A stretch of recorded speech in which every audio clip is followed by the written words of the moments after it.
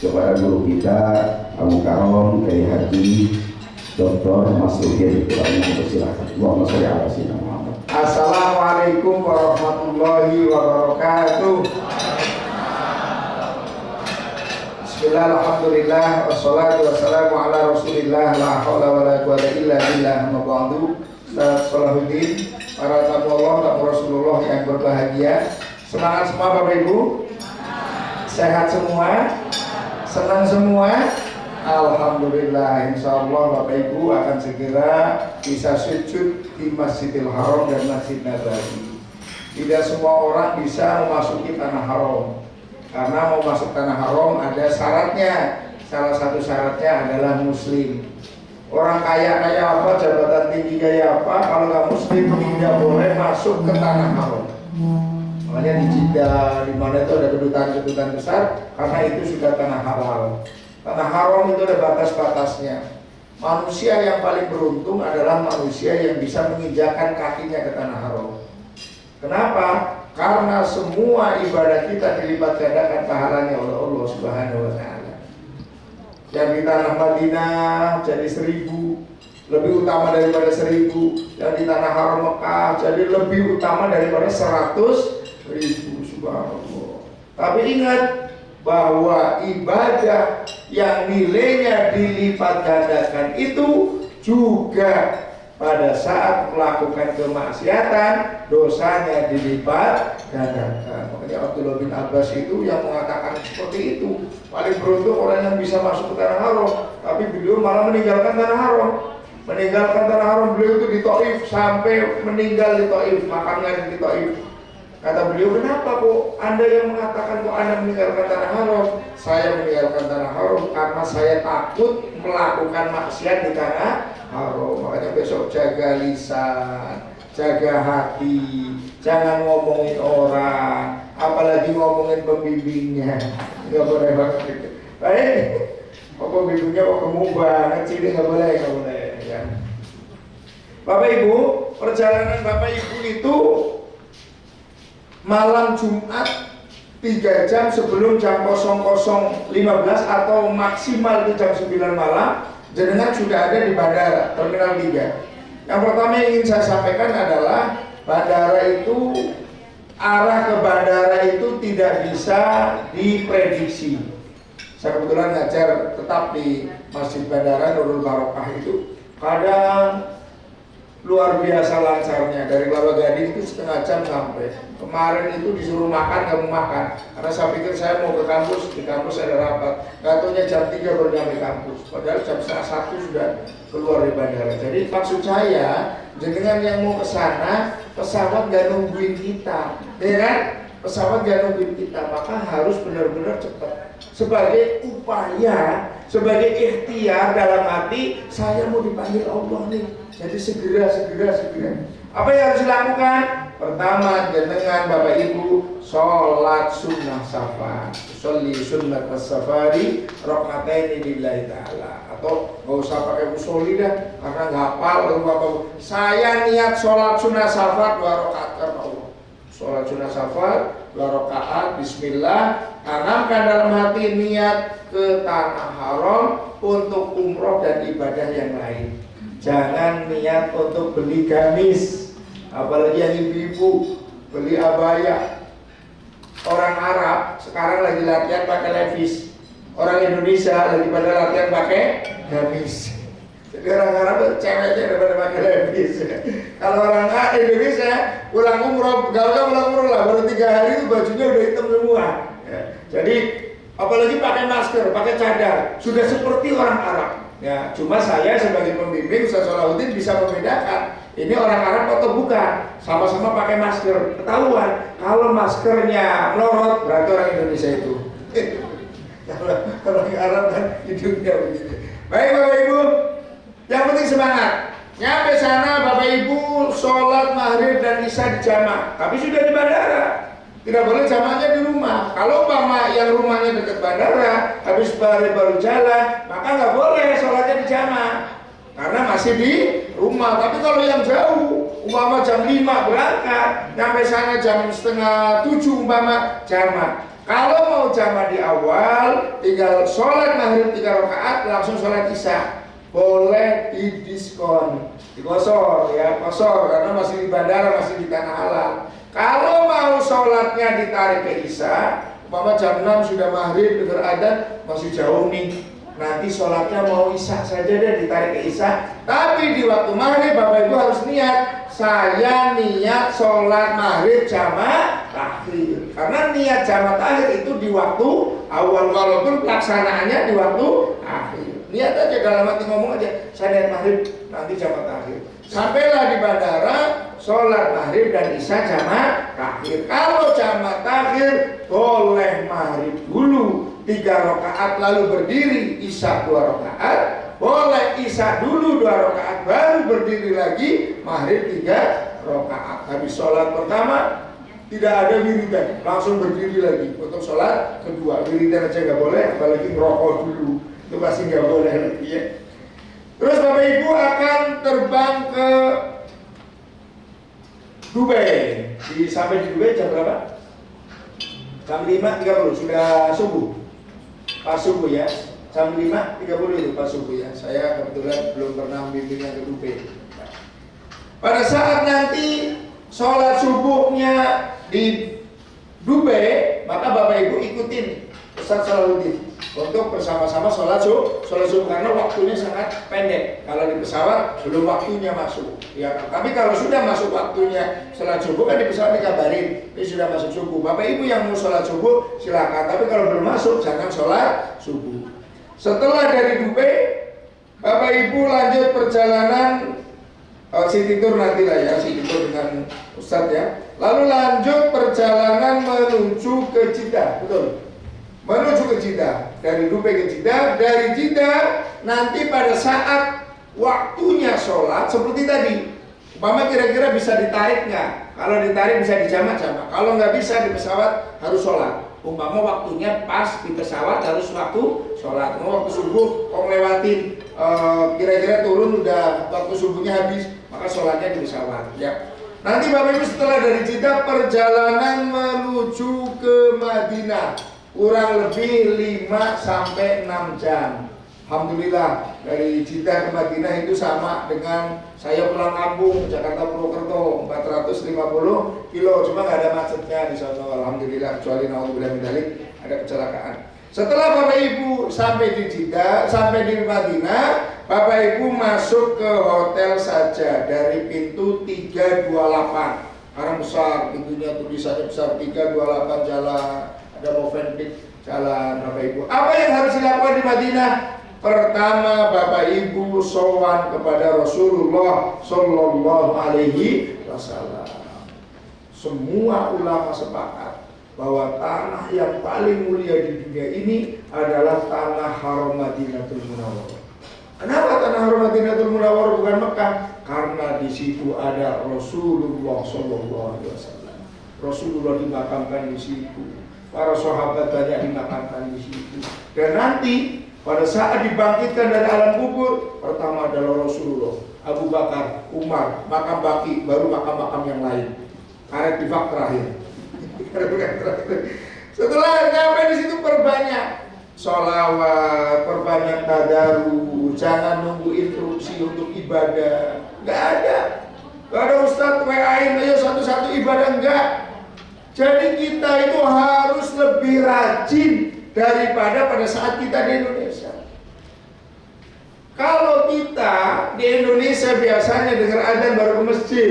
Kalau di sana usahakan 1 jam sebelum waktunya kita sudah harus ke masjid. Jangan ributin kamar, jangan ributin teman kamar pula. Kadang orang umroh nggak kenal, dikenalkan melalui NRA, gara-gara satu kamar, satu cerewet, satu ngelelet, satu tidurnya pengennya lampunya nyala, satu pengen gelap, ribut pulangnya. Ya kan? Kalau perlu syukur-syukur yang nggak kenal satu kamar jadi saudara, malah syukur-syukur besanan. Ya kan? Lah ini malah pada ribut, gara-gara wah cerewet banget tuh satu kamar tuh, rewel tuh yang satu maunya tidur gelap, gelapin, nanti gelapin tidur nyalain, gelapin lagi sampai paginya pada tidur, pada ribut. Jangan seperti itu. Pokoknya siapa yang jadi taman kamar jenengan, siapa yang jadi satu grupnya jenengan, itu yang terbaik menurut Allah. Kalau ketemu dengan orang yang rajin, alhamdulillah saya disatukan satu kamar dengan orang yang rajin, jadi saya kedorong. Kalau dengan orang yang lelet, alhamdulillah saya ke masjid sendirian, jadi gak nungguin orang lelet itu. Kalau yang ngoroknya kenceng, alhamdulillah, jadi saya nggak tidur, itikaf terus di masjid daripada di kamar dengerin orang ngorok gak jelas. Ini kadang ribut gara-gara, wah itu nggak bisa tidur Ustaz. Kenapa ngoroknya kenceng banget? Kalau ngoroknya pakai irama masih mending. Ngoroknya nggak pakai irama. Pernah ada jamaah udah Ustaz tidur, Pak, jamaah tidur di kamar Ustaz aja itu. Ada yang 01, batunya dia tidurnya juga ngoroknya kenceng banget. Jadi kita kadang yang sepele-sepele aja yang ributin, masih bawa makanan apa, bawa ikan asin, bawa sambal terasi, bawa teri, apa? Di sana semuanya ada. Oh kita ketemu cuma 9 hari, 10 hari, 11 hari, begitu kan? Kalau saya umpama bingung udah, kalau ada orang yang cerewet, ada yang itu udah, paling 9 hari selesai, ya kan? Nanti udah nggak ketemu lagi kok. Ngapain yang 9 hari malah dijadikan wasilah lantaran malah bermusuhan sama orang? Pokoknya kalau ketemu yang tidak menyenangkan harus koreksi diri. Banyak istighfar, ya Allah, kenapa ya Allah kok saya ditemukan sama orang yang cerewetnya minta ampun, ya Allah, diemnya itu kalau tidur dong. Umpama seperti itu, berarti saya harus apa nih? Oh kalau saya nggak suka sama yang cerewet, berarti kalau saya cerewet juga teman saya nggak suka. Semuanya kita jadikan ibrah, pelajaran bagi kehidupan kita. Yang kedua Bapak Ibu, setelah ziarah makam Rasulullah SAW, Bapak Ibu masuk ke Rodo sekarang berbeda dengan sebelum Covid. Kalau dulu siapa kuat itulah yang dapat. Iya kan, udah pernah ke sana kan? Wah, kalau saya itu dulu bisa 4 jam Pak. Ya, jam 2 masuk, jam 6 baru keluar, egois sekali. Sampai doa itu udah habis. Doa udah habis sampai capek kan, berdiri sholat. 4 jam duduk, ya sekarang tidak. Sekarang pakai tasri. Maka besok Bapak Ibu pada saat di sana dikasih tahu jadwal NRA bis 6162 ke Rodo. Bapak-bapak jam sekian, ibu-ibu jam sekian. Maka wajib bapak-bapak ibu-ibu harus ngikutin aturan itu. Kalau tidak, maka Bapak Ibu tidak bisa masuk ke Rodo, kecuali pulang ke Indonesia, bayar lagi, berangkat lagi. Iya kan? Kenapa? Karena sekarang pakai itu Pak. Yang nggak pakai itu nggak bisa masuk. Maka pada saat ada pengumuman, ibu-ibu pada subuh sudah siap di lobi, harus ikutin itu. Kalau enggak, sekali lagi sudah tidak akan ada kesempatan bisa masuk ke Rodo lagi. Dan masuk ke Rodo itu sekarang beda Bapak Ibu. Kalau dulu kan dari dalam, sekarang dari luar. Lari beneran yang bapak-bapak ini. Ya kalau ibu kan saya nggak tahu prosesnya kan, karena saya nggak dampingin ibu-ibu. Kalau bapak-bapak, kita itu sudah sholat umpama gini, pada zuhur masuk ke Rodo. Kita sholat zuhurnya itu udah di barisan paling depan Pak. Nanti setelah sholat, nggak sholat jenazah, kita langsung lari ke tempat antrian mau masuk ke Rodo. Itu Pak bisa 1 kilo Pak antrinya Pak di luar masjid, tapi dibikin begini-begini loh. Yang dibikin kalau dilurusin itu bisa 1 kilo. Nah kalau kita larinya nggak cepet, maka kita kebagian. Waktu itu cepet lari, kita langsung berdiri antri. Nanti pimpinan kita yang bawa kertas, nih dari NRA semuanya jalan. Nah, mereka itu masih periksa-periksa Pak. Satu, liatin kalungnya, makanya kalungnya sampai ditinggalin itu, liatin sama nggak nih, sama nggak, seperti itu, seketat itu Pak. Masuk ke Rodo, apa yang dilakukan? Pertama, sholat sunnah tobat, sholli sunnat taubati, rokataini lillahi ta'ala. Kalau enggak, saya niat sholat sunnah tobat karena Allah. Sebab ada orang sahabat dosanya banyak datang kepada Rasulullah, diampuni oleh Allah Subhanahu wa ta'ala. Kita bisa jadi ditakdirkan Allah ke sana karena kita banyak dosa. Jadi kita disuruh taubat. Astaghfirullah ya Rabbal baraya, Astaghfirullah minal khotoya, Astaghfirullah baraya, astaghfirullah minal khotoya. Setelah sholat taubat, sholat sunnah hajat. Kita semuanya banyak butuh, benar nggak Pak? Kita semuanya banyak keperluan. Siapa tahu kita ke sana karena Allah tahu kalau kita banyak kebutuhan. Siapa tahu kita dipanggil ke sana karena Allah tahu kita banyak cita-cita, kita banyak masalah. Jadi sholatlah hajat, sholat sunnah hajat 2 rakaat.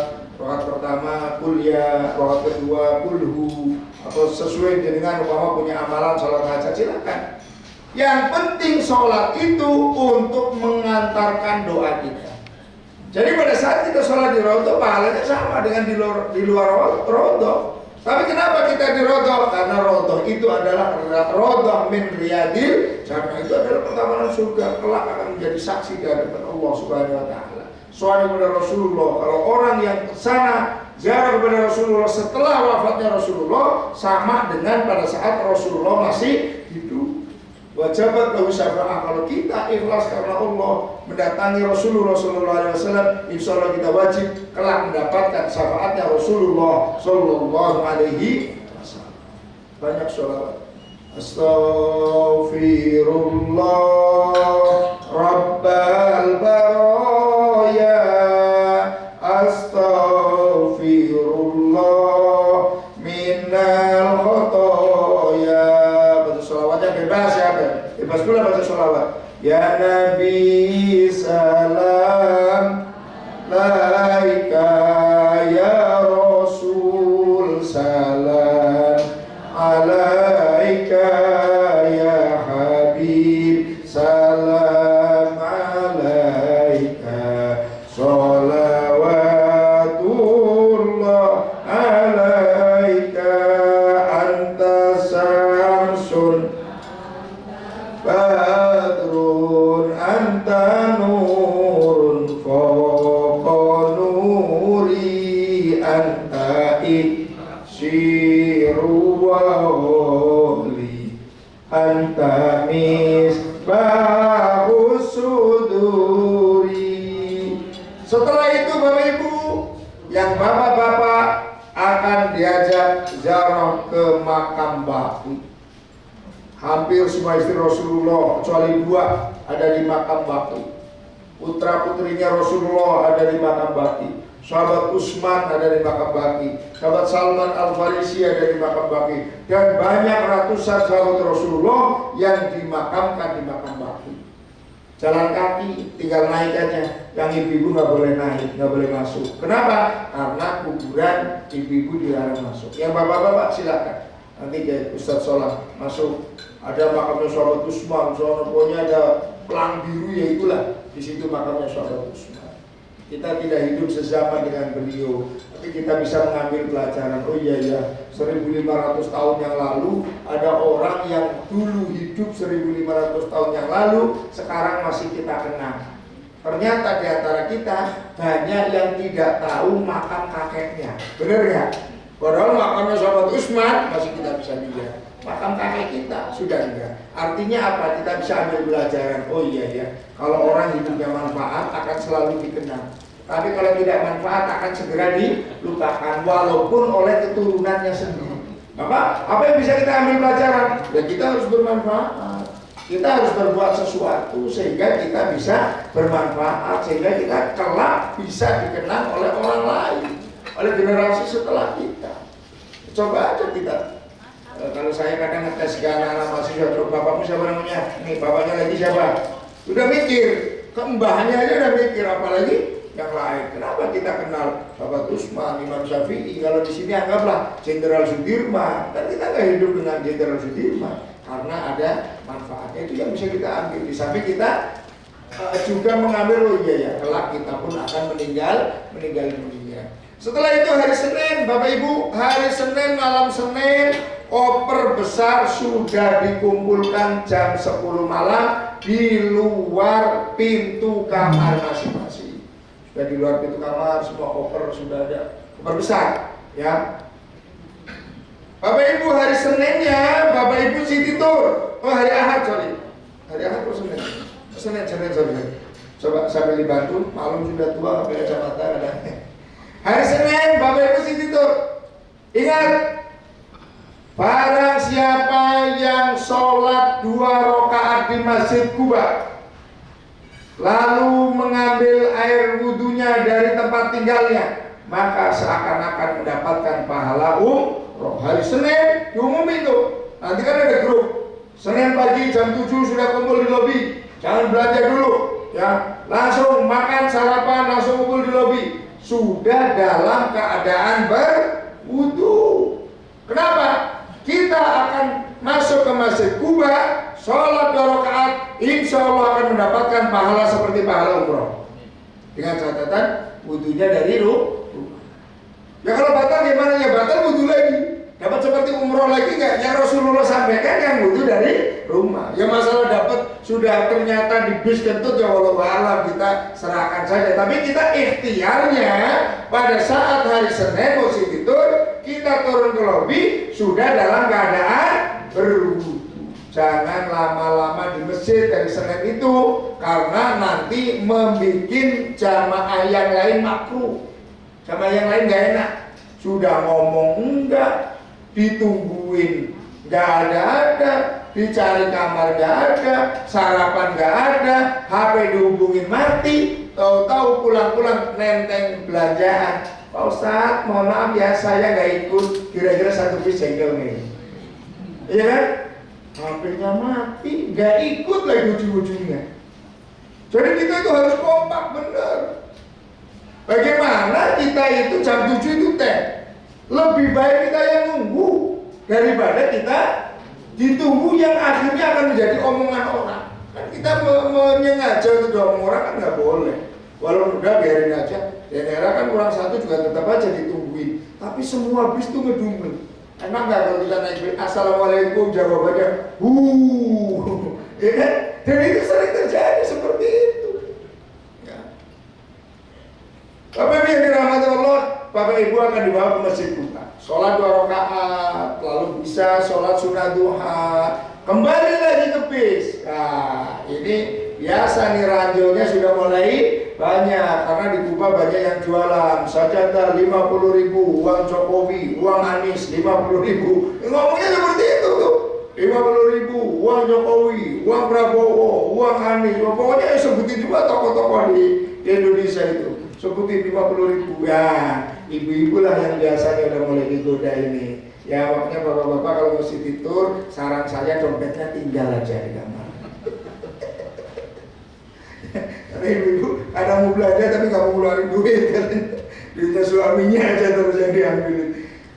Oke lah, belanja di situ, memang di situ lebih murah ya. Saya akun itu lebih murah ya, umpama kayak tasbih itu saya akun lebih murah. Saya juga selalu beli untuk santri itu tasbih sini 50 real, itu bisa 70 tasbih itu bisa. Tapi ingat, etika berjualan itu nggak sebagus Indonesia. Kita lagi ini langsung tubruk lagi sekian, ini sekian. Jadi mereka itu saingannya nggak bagus gitu ya. Tapi itulah namanya berdagang ya.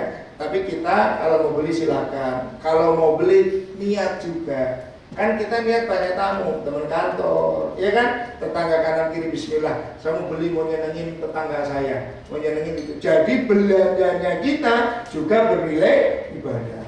Setelah itu Bapak Ibu akan diajak ke kebun kurma. Ya sebetulnya bukan kebun kurma ya.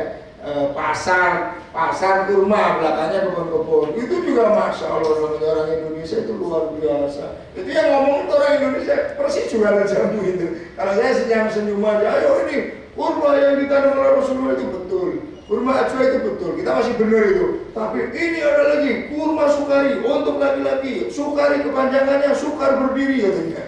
Dan itu orang Indonesia kan, mas, betul ya betul. Saya kan ngomong, nggak usah bohong, kenapa sih? Jangan bohong-bohong itu loh. Dan itu laris.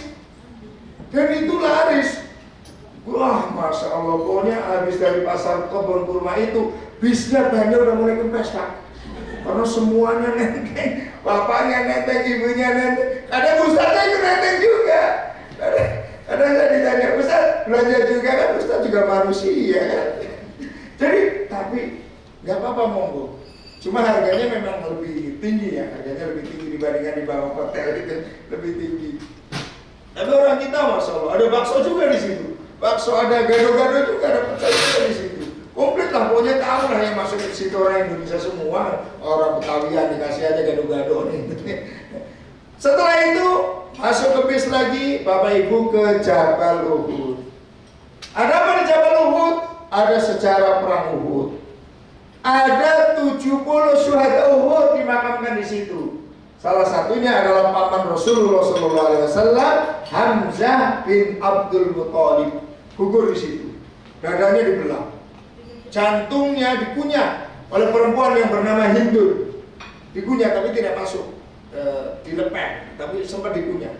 Jadi mutilasi pertama dalam sejarah dunia, seorang perempuan pelakunya terhadap pamannya Rasulullah sendiri, Hamzah bin Abdul Muthalib. Nanti kita akan dibimbing untuk ziarah salam. Assalamualaikum ya Amir Rasulillah, assalamualaikum untuk pamannya Rasulullah, assalamualaikum untuk Mus'ab bin Umair, assalamualaikum untuk semua syuhada Uhud. Ada 70 makam di situ.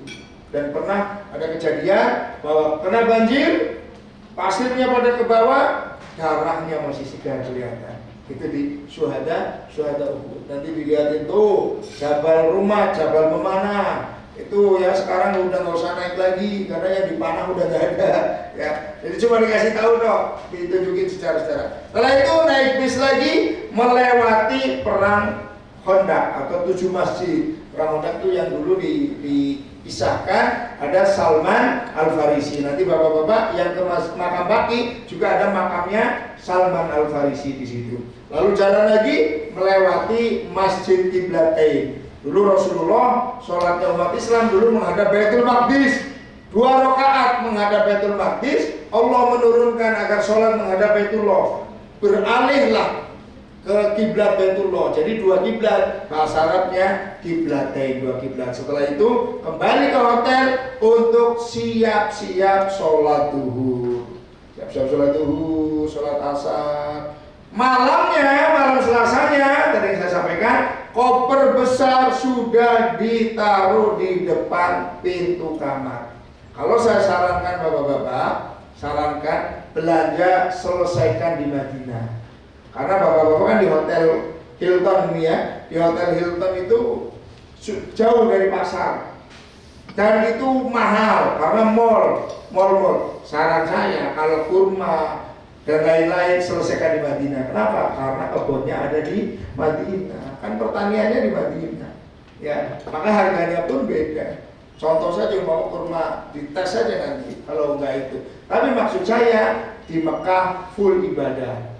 Karena kalau mau belanja jauh, tempatnya itu jauh dan mall lebih mahal. Kalau di Madinah kan masih kayak pasar-pasar, masih tawar-tawaran, itu masih bisa. Baik, malam Selasa koper besar yang sudah isinya penuh, bahkan sudah ada yang beranak. Wah, kesini kan bawa 2. Itu nanti dari Madinah itu sudah ada yang 3 itu. Tapi yang dikeluarkan hanya koper besar saja. Koper kecil, kain ihram dikeluarkan. Habis subuh diajak ziarah wada. Datang kepada Rasulullah untuk pamitan. Orang kita, orang timur, masuk kelihatan dadanya, keluar kelihatan punggungnya. Jangan jadi tamu yang songong. Kan kita tamunya Rasulullah di Madinah, ya kan kita berada di dekat Rasulullah, ya. Maka kita jangan maksiat karena malu kepada Rasulullah. Setelah itu Selasa pagi kita ziarah wada. Biasanya diajak untuk jalan ke ada Masjid Al-Humamah, Masjid Sahabat Abu Bakar, lalu ada tempat Bani Syakifah yang tempat pelantikannya Abu Bakar menjadi khalifah. Kembali lagi ke hotel. Setelah kembali ke hotel, siap-siap mandi ihram. Ya, mandi ihram. Sebelum mandi ihram disunahkan potong kuku, potong rambut, potong bulu-bulu yang kira-kira mengganggu. Ya. Lalu Bapak Ibu mandi ihram, niat bismillahirrahmanirrahim, saya niat mandi sunnah ihram. Mandinya sama seperti mandi besar, mandi haid, mandi junub sama. Ya, semua harus kenal. Setelah itu pakai kain ihram. Sudah pakai kain ihram hari Selasa. Setelah pakai kain ihram, sholat duhur di Masjid Nabawi bersama dengan imam Masjid Nabawi. Tapi kita niat sholat asarnya jamaah takdim. Jadi sudah mandi ihram, sudah pakai kain ihram ke masjid, sholat duha, sholat sunnah ihramnya di Masjid Nabawi bagus. Kenapa di Masjid Nabawi bagus? Karena pahalanya sudah masih lebih utama daripada 1000. Nanti kalau di Bir Ali kan sudah di tanah halal itu. Gak apa-apa sholat sunnah ihram di Masjid Nabawi. Sholat sunnah ihram, sholat sunnah duha, sholat sunnah qobliyah, sholat duhur berjamaah dengan imam Masjid Nabawi. Kita lihatnya saja, duhur jamaah dengan asal makmum karena Allah. Setelah imam Masjid Nabawi salam, Bapak Ibu jangan ikut sholat jenazah, langsung berdiri untuk sholat asar. Kalau saya tidak dikosor. Kenapa? Masih hitung-hitungan fadilah, ya kan? Karena masih di tanah haram, masih di Nabawi. Kalau saya tetap aja 4 rakaat. Jadi duhur 4 rakaat, asar 4 rakaat. Agar Bapak Ibu tidak kehilangan jamaah, maka Bapak Ibu usahakan selalu bergandengan bareng umpama bapak-bapak. Yuk sini, umpama berdua, Pak nanti Bapak setelah ini maju ya jadi imam ya. Kalau saya udah memposisikan jadi imam. Jadi saya di shop ini, jamaah di sini itu. Setelah selesai, langsung koma. Jadi posisinya sudah tidak berubah posisi lagi. Begitu juga dengan bapak-bapak yang mau seperti itu monggo, ibu-ibu yang mau seperti itu monggo. Setelah itu kembali ke hotel, makan siang, ambil barang-barang yang masih ada di kamar. Koper kecil ini kita udah pakai nikrom kan, yang bapak-bapak kan pakai nikrom, semuanya ibu-ibu pakai kaos kaki, pakai macet ya, macet yang ininya tutup gitu. Bapak Ibu siap-siap untuk menuju ke Makkahul Mukarramah. Masuk bis, masuk dalam perjalanan kurang lebih 30 menit, Bapak Ibu lalu sampai di Masjid Bir Ali. Setelah di Masjid Bir Ali, semua bapak-bapak harus sudah steril. Apa yang dilakukan di Masjid Bir Ali? Sholat sunnah tahiyatul masjid 2 rakaat. Bagi yang Bapak Ibu yang belum sholat sunnah ihram tadi, boleh sholat sunnah di Bir Ali, cuma pahalanya sudah sama di Masjid Al-Ikhlas di Mampang. Ya karena sudah di tanah halal, ya kan? Makanya saya sarankan di tanah haram, biar hitung-hitungannya masih jelas. Ya. Tapi kita masuk ke Masjid Bir Ali, tiketnya masuk masjid adalah sholat tahiyatul masjid. Tahiyatul masjid 2 rakaat, masuk ke bis sudah dalam keadaan steril. Sholat itu biasanya. Ya bapak-bapak yang masih pakai daleman, lepas. Kenapa? Harus sudah steril. Gak boleh pakai pakaian yang berjahit, gak boleh pakai kaos kaki, gak boleh pakai sepatu, gak boleh pakai tutup kepala. Itu bapak-bapak. Yang ibu-ibu harus sudah tertutup, pakai kaos kaki, pakai ini semuanya. Setelah steril semua, baru dibimbing untuk melafalkan niat umroh. Labbaik Allahumma umrotan. Ayo. Selama itu kita dalam keadaan berikhram, jangan ngomong yang gak baik, jangan rofas, jangan fusuk, maksiat, jangan jidal. Rofas itu melakukan sesuatu yang menimbulkan syahwat. Makanya Ustaz Soleh, saya pesan ini, nanti yang kira-kira setrumnya masih tinggi, itu di bis dari Madinah sampai ke Mekah dipisah laki-laki suami sama istrinya. Oh suaminya sini, istrinya sono. Kalau yang udah tinggal 5 watt nggak apa-apa, udah biarin aja. Kenapa? Karena rofas itu nggak boleh melakukan sesuatu, ngomong sesuatu yang menimbulkan fusuk. Nggak boleh kita itu maksiat, ngomongin orang, ngomongin sopirnya, ngomongin pembimbingnya. Itu ciri-ciri gak mabrur kalau ngomongin pembimbingnya itu. Tidak boleh yang ibu-ibu itu dan laki-laki perempuan tidak boleh potong rambut atau cabut rambut. Iseng-iseng bapak-bapak, tidak boleh. Tangan, ya. Ibu-ibu mama gosok-gosok sampai menimbulkan rambutnya rontok. Dan tidak boleh pakai wangi-wangian. Kalau fresh care gimana? Boleh, fresh care bukan minyak wangi. Kalau PPO, ya boleh banget itu, udah kelihatan itu di atas 50 tahun kalau PPO itu. Ya, dan yang disunahkan ini terus talbiyah terus. Sampai kapan? Sampai kita Mekah di Hotel Hilton Jabal Umar. Hotelnya besar sekali, ada 2 tower, makanannya enak, kamarnya besar. Itu hotel baru itu. Hotel Hilton itu cuma memang agak naik dan turun, tapi ada bisnya 24 jam. Ada bisnya. Kalau turun, kalau ke mesinnya saya biasanya jalan kaki. Kalian olahraga, kapan lagi olahraga kalau di Jakarta nggak pernah olahraga, ya kan? Tapi kalau naiknya biasanya nunggu bis, cuma agak rebutan naik bisnya. Tapi nggak apa-apa, enak kok. Kita nikmatin aja di Hotel Hilton gitu ya.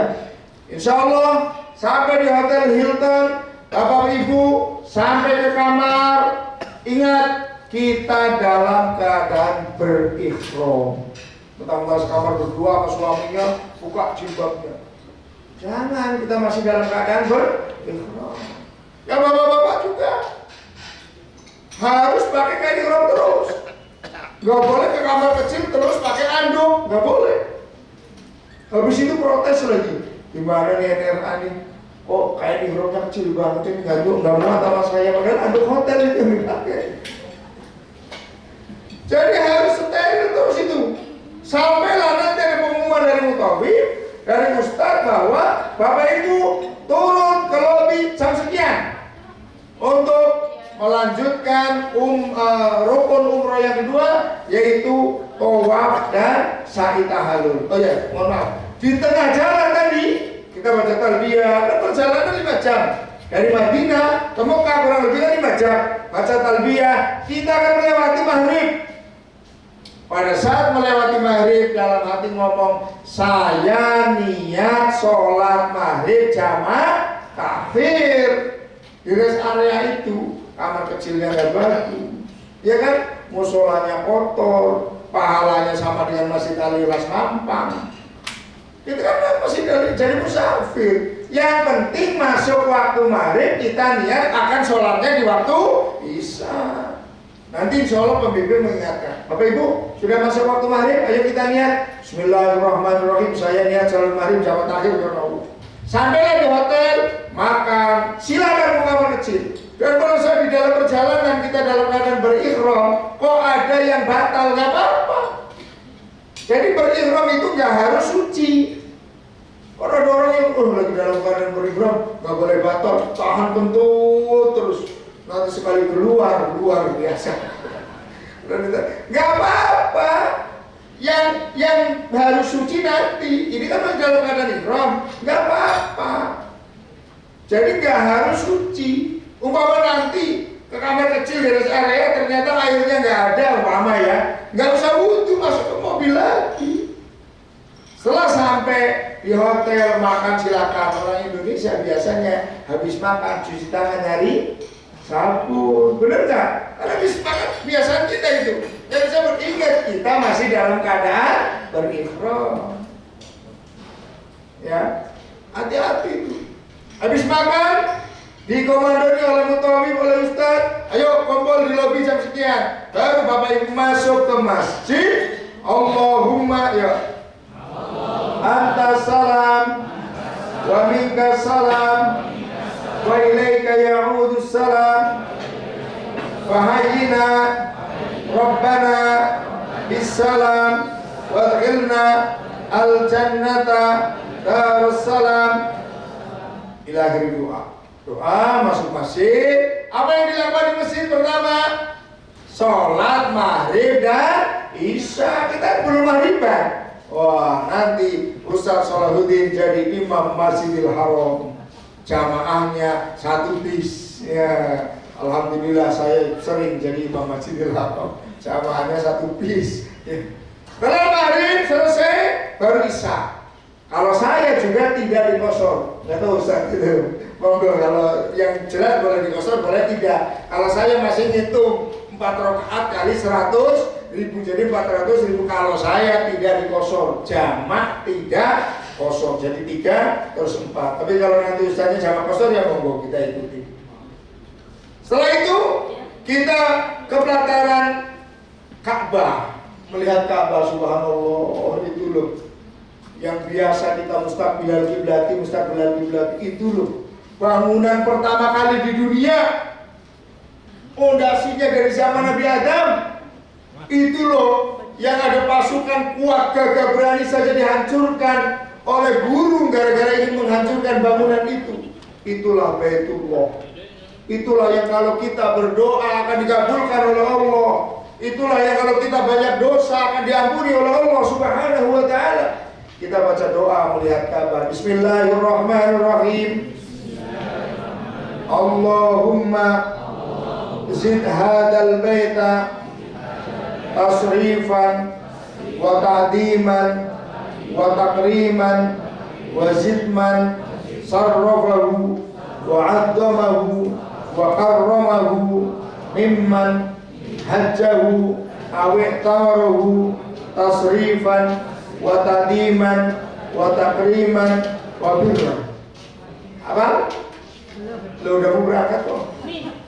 Jadi 7 putaran itu Rabbana atina fid dunya hasanah wa fil akhirati hasanah wa qina adzabannar.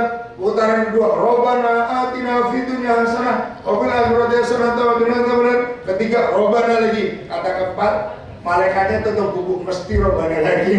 Enggak usah ditulis Rabbana lagi nih. Tapi dalam arti boleh. Syaratnya tawaf yang penting 7 putaran dalam keadaan suci dan menutup aurat. Ya, suci dari hadas, makanya yang haid tidak boleh ikut tawaf walaupun sudah niat. Menutup aurat 7 putaran mulai dari Hajar Aswad dan diakhiri dengan Hajar Aswad, Ka'bah di sebelah kiri, di dalam masjid dan berturut-turut. Makanya jangan sampai ada anak-anak muda tawaf jadi kameramen saudaranya. Kalau kameramen kan begini, ya kan? Orang yang videoin kok. Itu artinya apa? Ka'bah di sebelah kanan, ya kan? Kan harusnya seperti ini nih. Karena mau kamerain temennya gantian, akhirnya begini. Itu nggak boleh tawaf seperti itu. Karena Ka'bah harus di sebelah ini. Kok kemarin itu Piala Dunia itu kan permainan aja nggak boleh bawa HP.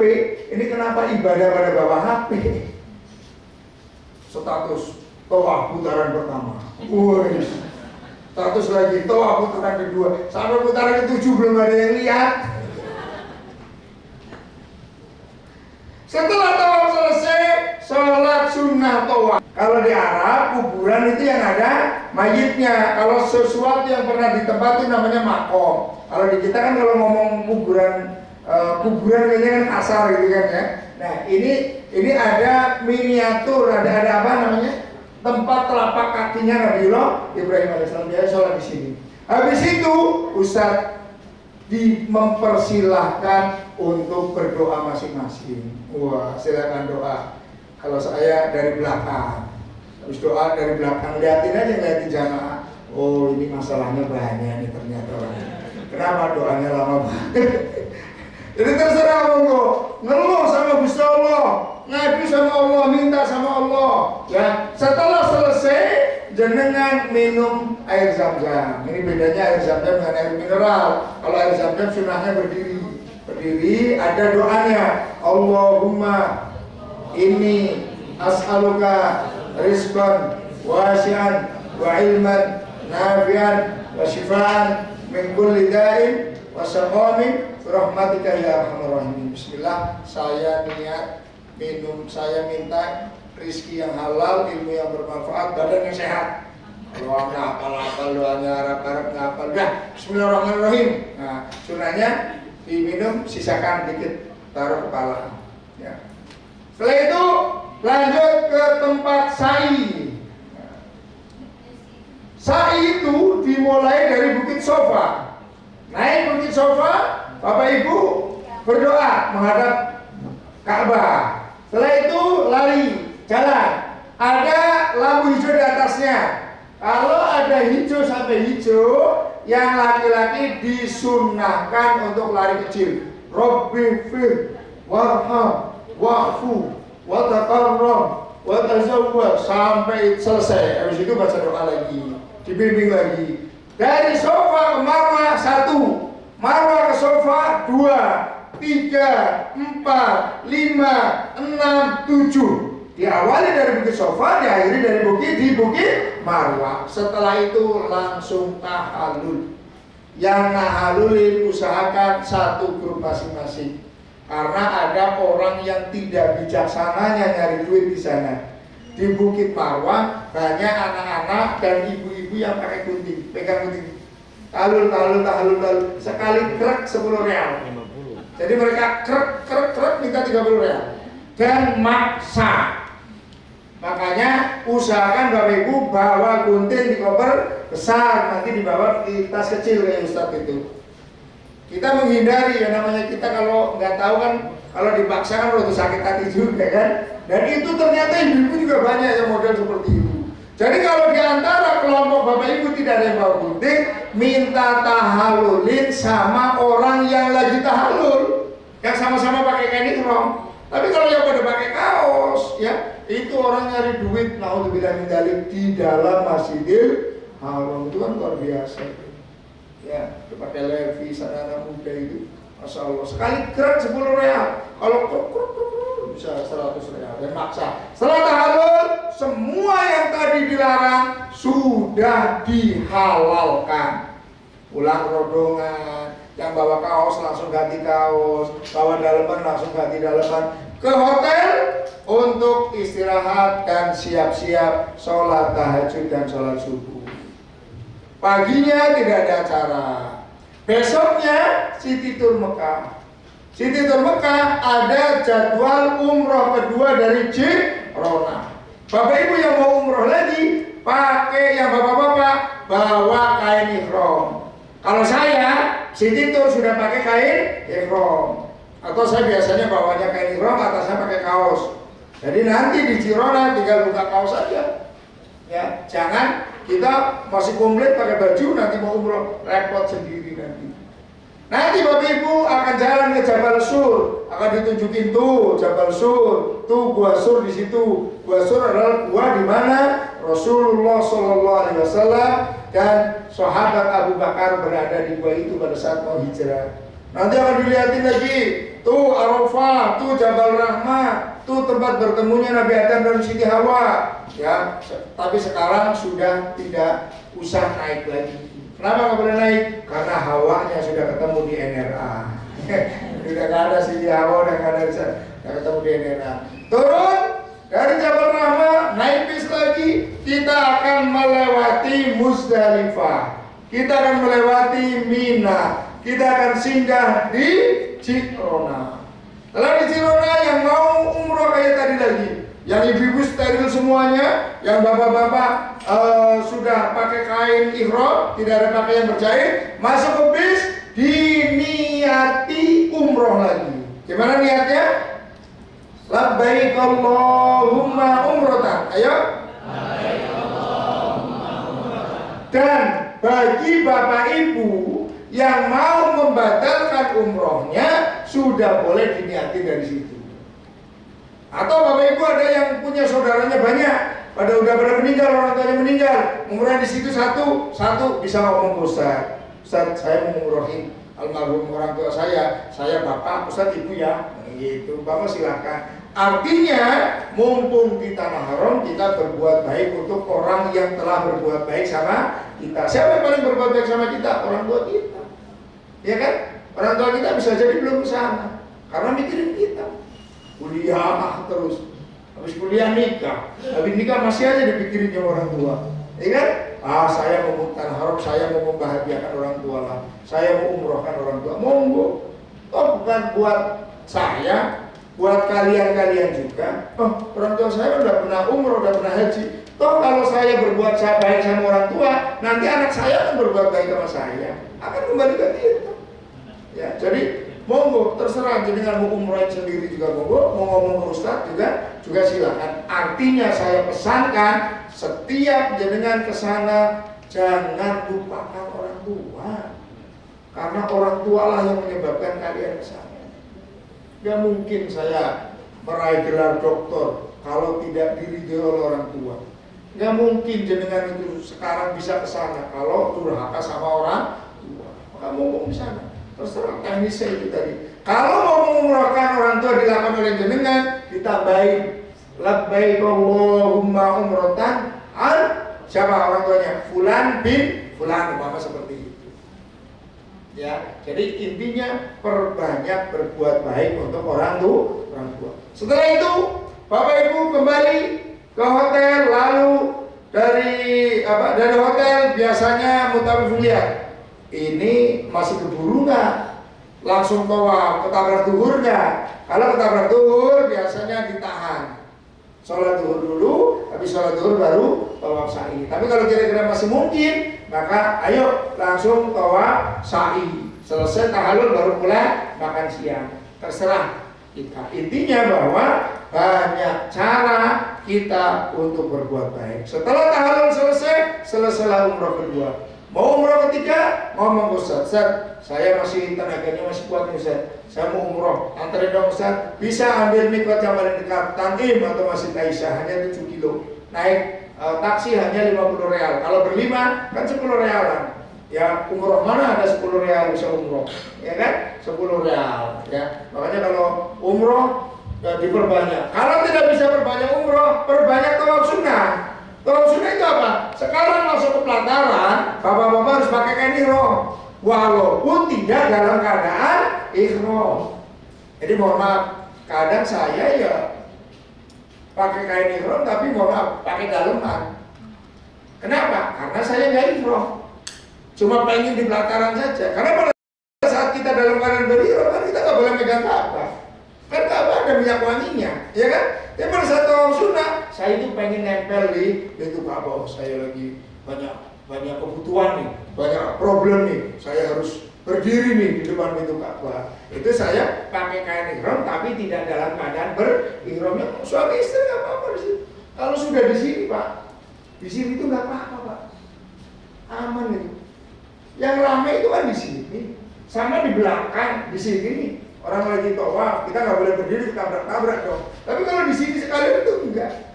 Doa sekarpe jenengan itu, semaunya jenengan. Kalau saya itu, wah, langsung nggak mau maju-maju juga, maju nggak mundur nggak boleh, pasang muda-muda aja. Dan biasanya ada naudzubillah min dzalik, calo hajar aswad orang kita ada cewek-cewek. Jangan pernah mau diminta dicaloin hajar aswad. Kalau kita mau sama aja kita mendukung program kerjanya mereka, iya kan? Kalau ada terus kan mereka ke situ lagi. Bapak-bapak DKI lah ya, tahu cara gusur orang begitu. Ya dulu itu saya termasuk yang membahas pada saat gubernur siapa waktu itu Bosibowo apa ya, yang memberi juga dilarang itu kan. Saya itu MUI itu karir Pak, dari MUI kecamatan, MUI kota, MUI DKI. Sekarang yang pusat, itu saya salah satu narasumbernya dulu. Ya, kenapa kalau kita ngasih kok? Aduh permasalahan seperti itu, ngasih kok dilarang? Ya karena kita ngajarin orang biar besok balik lagi. Sama itu saya itu berapa kali saya itu nawarin, ayo siapa yang YouTuber yang itu saya mau ngomong, jangan pernah mau di itu hajar aswad itu. Kenapa? Maksa Pak, 300 real. Itu kan kurang ajar. Kemarin itu, dia itu marah-marah sama saya. Saya sampai ngomong, Pak, mendingan pulang kampung ente itu jadi tukang cuci gosok. Sampai saya ngomong gitu, daripada di sini malu-maluin negara. Itu kan luar biasa itu. Cewek-cewek. Ya ada cowoknya, tentunya mereka itu tip, tapi memaksa. Jangan, apalagi suami sampai merelakan istrinya di majalah. Jangan, madorot. Itu kalau jilbabnya kebuka, kita itu maksiat di depan Baitullah itu. Ya, itu biasanya di situ ada deh. Pokoknya haji, hajar aswad 300 real. Usah ya. Oke, Bapak Ibu tawaf sunnah. Bagaimana tawaf sunnah kalau ibu-ibu kan pakaiannya sama? Ya kan? Ibu-ibu pakaiannya sama, ya bapak-bapak kan pakaiannya beda. Bapak-bapak pakai kain ihram sama istrinya, ayo, Bu, kita tawaf sunnah. Hanya di hajar aswad, Bismillahirrahmanirrahim. Dalam hati saya niat tawaf sunnah karena Allah 7 putaran. Gak hafal doanya, jalan aja sah. Muter aja 7 putaran sambil longo aja. Itu sah tawaf itu. Tapi masa ya 7 putaran longo? Maka bacalah doa yang jenengan bisa. Yolo, nanti ya Rahim, monggo.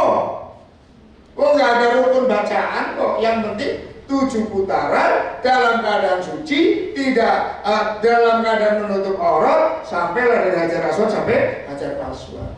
Lah kalau Bapak Ibu tawaf ternyata di tengah jalan batal, maka harus keluar. Biarin aja, nggak kedengeran ini katanya. Jalannya sendiri nggak boleh itu. Karena kalau tawafnya nggak sah, umrohnya nggak sah. Harus keluar. Tawaf untuk saya batal, saya keluar ambil air wudhu. Kalau di masjid hanya cuma wudhu di keran-keran air zam-zam. Karena ada banyak air zam-zam tuh muter tuh. Di situ aja. Ya. Pakai Imam Maliki seperti itu. Kalau Imam Syafi'i kan ngalir, Imam Maliki. Jadi 1-2 gelas itu cukup. 2 gelas buat wudhu itu, ya. Dan kalau kita wudhunya seperti itu, maka kita senggolan tidak batal. Setelah itu tawaf sunnah selesai, doa, sholat terserah. Bapak-bapak yang pengen sholatnya di pelataran masjid, pakai kain ihram. Jangan pakai kaos. Kalau pakai kaos kan kelihatan. Kalau mohon maaf, daleman kan nggak kelihatan. Pakai aja udah, pura-puranya lagi umroh beneran. Padahal kita tidak dalam keadaan berihram. Yang penting sholat bisa di pelataran Ka'bah, mau seperti itu. Masuk Hijri Ismail juga sekarang enak, Pak. Yang penting sabar jadikan masuk, walaupun sepuh. Kalau dulu kan sudah mau di pintu, kedorong lagi. Sekarang nggak antri, Pak. Mau yang kuatnya kayak apa juga antri aja masuk, geser. Bro, yang dalam udah keluar semua, masuk semuanya. Begitu enak sekali sekarang itu. Ya, sekarang enak sekali. Walaupun lebih sabar. Bagi yang kuat itu memang rasanya kok nggak sabar. Tapi bagi yang kesepuan, alhamdulillah dengan model-model seperti itu, ya kan? Karena semuanya bisa masuk, ada jaminan. Hijri Ismail itu sama dengan kita sholat di dalam Ka'bah. Ini Hijri Ismail nih, yang ada lengkungan ini nih. Masuknya dari sana. Bapak Ibu, kalau kita sholat di Hijri Ismail sama dengan sholat di dalam Ka'bah, maka usahakan. Belum tentu kesana lagi, ya kan? Jadi di tanah di Masjidil Haram itu setiap hari ada 120 rahmat. 60 rahmat untuk orang yang tawaf, 40 rahmat untuk orang yang sholat, 20 rahmat untuk orang yang melihat Ka'bah. Karena di sana skala prioritas, ibadah itu harus skala prioritas, maka jenengan usahakan setiap hari umroh. Karena kalau umroh kan pasti tawaf, pasti sholat, pasti lihat Ka'bah, dapat 120 rahmat. Kalau umroh nggak kuat setiap hari, jenengan setiap hari harus tawaf. Tawaf sunnah, usahakan pagi-pagi, enak daripada nggak jogging kan? Kita pagi-pagi jogging. Ya. Tawaf. Kalau kita tidak bisa setiap hari tawaf karena satu dan lain hal, setiap hari harus absen lihat Ka'bah. Oh, kenapa Pak? Lagi ibadah. Ibadah apa? Lihat Ka'bah. Dapat 20 rahmat. Melongonya kita ngelihat Ka'bah aja dapat 20 rahmat itu. Apalagi sambil ibadah. Jadi jangan sampai ada orang umroh kok nggak pernah lihat Ka'bah. Subhanallah. Mungkin nggak? Mungkin Pak. Nah kalau umrohnya itu didorong, ya kan? Umrohnya didorong, apalagi sekarang ada skuter. Wah, untung Rasulullah itu dulu pernah tawaf pakai onta, Pak. Rasulullah tawaf itu naik onta Rasulullah. Oh, 1500 tahun yang akan datang, ternyata sekarang baru ada skuter masuk Masjidil Haram. Jadi tawaf masuk naik seputar. Kalau suami istri mau berduaan 315 real, ya 1,5 juta lah. Tapi kalau bagi saya nggak sabar Pak. Saya kalau dampingin orang naik skuter nggak sabar, karena cuma undut Allah kalau jalan udah kenceng ini, ya pelan. Kalau ada yang ngomong, Ustaz, kalau bawa orang, kan ada orang yang masih muda tapi banyak duit kan, Ustaz, gimana kalau saya naik skuter? Monggo, niatin aja ngikutin sunnah Rasul. Karena dulu Rasulullah pernah tawaf naik onta. Itulah hikmahnya apa yang dilakukan oleh Rasulullah kejadian. Coba kalau dulu Rasulullah tidak naik onta, Ya, jadi semua itu bisa jadi jalan kita ibadah kepada Allah. Setelah itu Bapak Ibu, nanti akan ada tawaf wada. Tawaf wada itu niatnya saja yang beda. Saya niat tawaf wada karena Allah. Hukumnya wajib. Bagi Bapak Ibu yang tidak tawaf wada karena Bapak Ibu haid, maka nanti ada istilah saja ke masjid. Tapi bagi yang sehat, wajib ikut tawaf wada. Tawaf wada 7 putaran. Doanya sama, yang penting dalam doa itu diselipkan, ya Allah Zat yang maha mengembalikan, kembalikan saya ke tempat ini berkali-kali. Ya, kembalikan dari jalan mana saja, Allah yang menghendaki. Ya, nggak ada orang nggak mungkin itu nggak. Kalau Allah udah berkehendak mungkin semuanya. Setelah tawaf wada tidak boleh belanja lagi kecuali barang-barang yang primer. Beli makan, beli minum, beli obat silahkan. Gamisnya kurang 1 ini, ternyata ponakan belum ketahuan ini. Nanti belinya di Tanah Abang. Jangan di Tanah Haram, tapi di Tanah Abang. Jadi sudah nggak boleh belanja lagi. Bapak Ibu yang dirahmati Allah, setelah tawaf kembali ke Jeddah, kembali ke Indonesia dalam keadaan selamat, membawa predikat haji yang mabrur. Kalau saya amatin, orang umroh saya selaku pembimbing, orang umroh itu mabrur semua. Karena mabrur itu artinya baik. Orang di sana itu baik semua. Yang tadinya pelit di sana juga jadi dermawan. Yang tadinya malas juga rajin ibadah. Tinggal berapa karat kadar kemabrurannya. Kalau 24 karat ya sampai meninggal masih mabrur. Tapi yang mabrurnya cuma sekarat, sampai juga udah teriak-teriak. Gara-gara kopernya nggak kelihatan ngomelin pembimbingnya. Itu jelas mabrurnya hanya sekarat, itu cuma sekarat. Baik, Bapak Ibu, sampai di rumah sujud syukur atau sholat sunnah mutlak 2 rakaat, doakan keluarga kita. Kita niatkan umroh lillahi ta'ala, bukan karena dapat gusuran atau dapat pinjaman atau dapat warisan, tapi semata-mata lillahi ta'ala.